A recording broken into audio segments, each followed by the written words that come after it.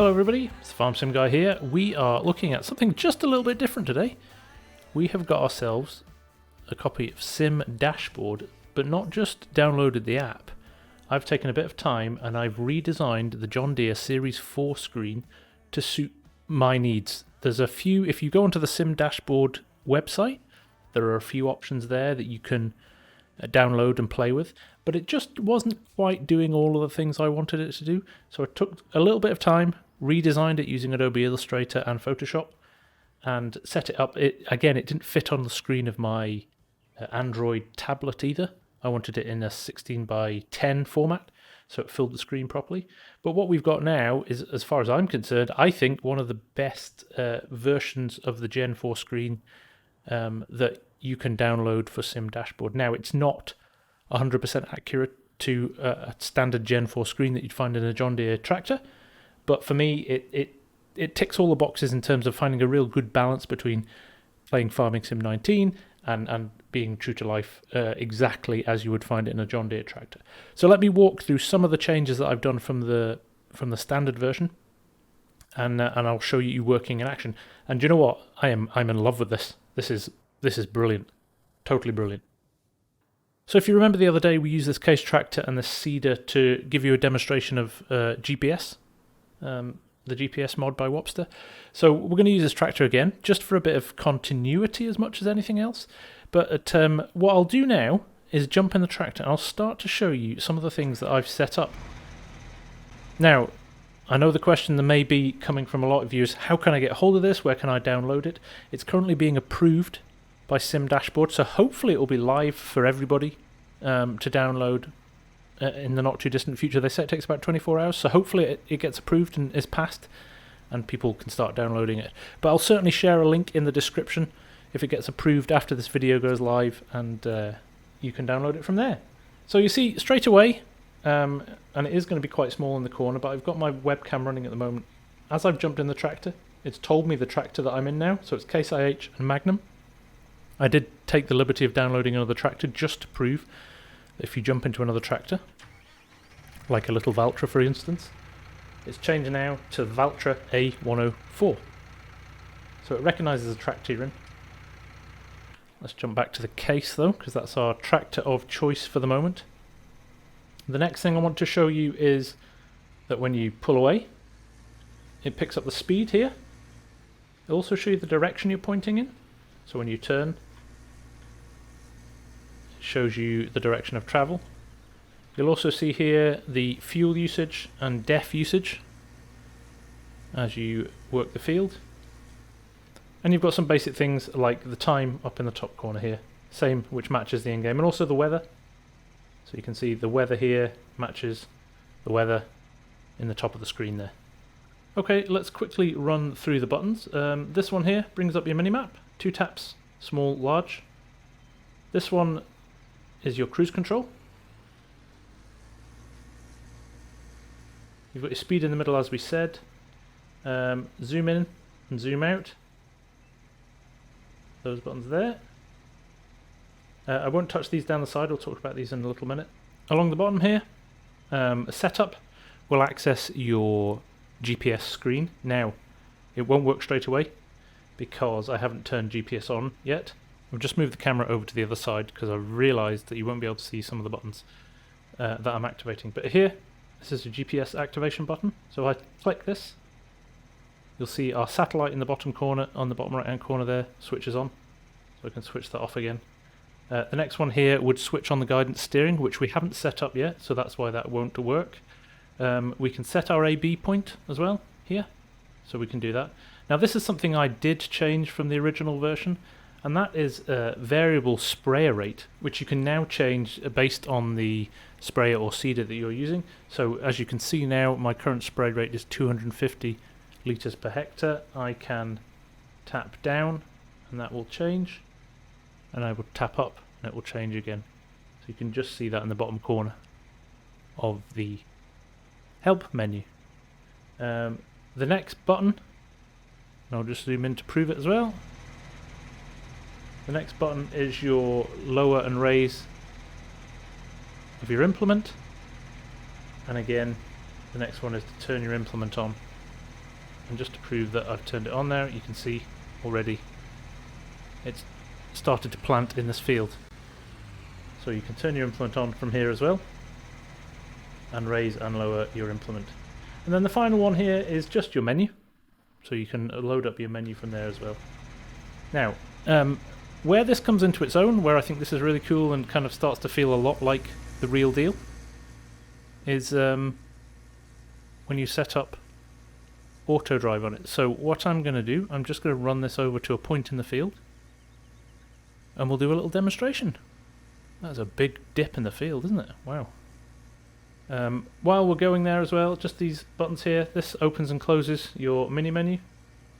This jumps you from tractor outside to cab, little camera icon there. And this one here actually, let me open the mini menu, this one here allows you to select your seed. So I'll keep tapping that and you can see we're scrolling through grass, wheat, barley, oat, and so on. So you're able to switch your seed through this panel as well. So let's get this into position and I will set up a little GPS course for us using the buttons that we've got on the dashboard. So here we are, roughly edge of the field. You'll recognise this from the other day. First things first, let me turn on the GPS and you'll know it's turned on. I've tapped the satellite icon there and you'll know it's turned on because you'll see in the bottom right hand corner there the satellite has turned green. Now what we need to do now is set up our course. So we want to set an A-B line. So if I tap, you'll see that the A has appeared on the tractor there. So now I need to run forward up to 15 feet.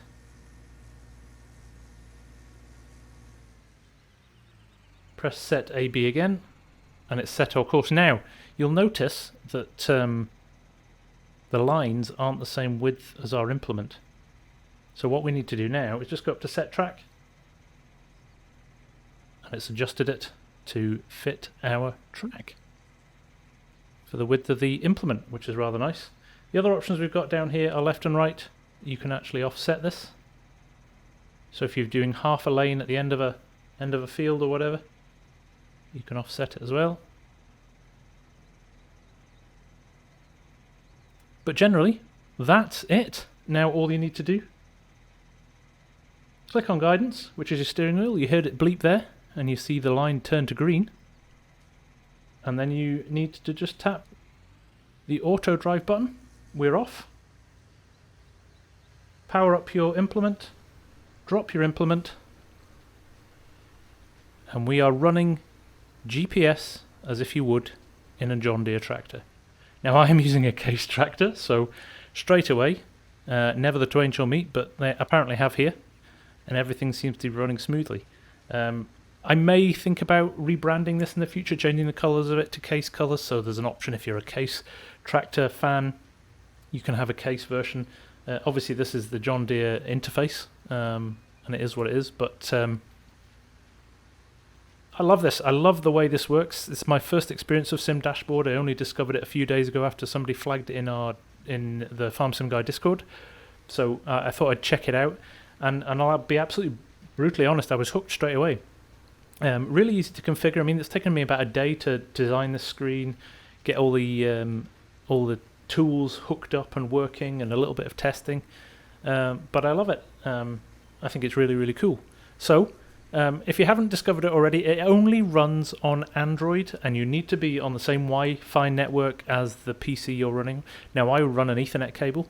I don't run Wi-Fi through my PC, but it goes into the router that emits my Wi-Fi through the house. So I'm running the tablet over Wi-Fi and my PC through an Ethernet cable, but on the same network, and it seems to work fine with no issues.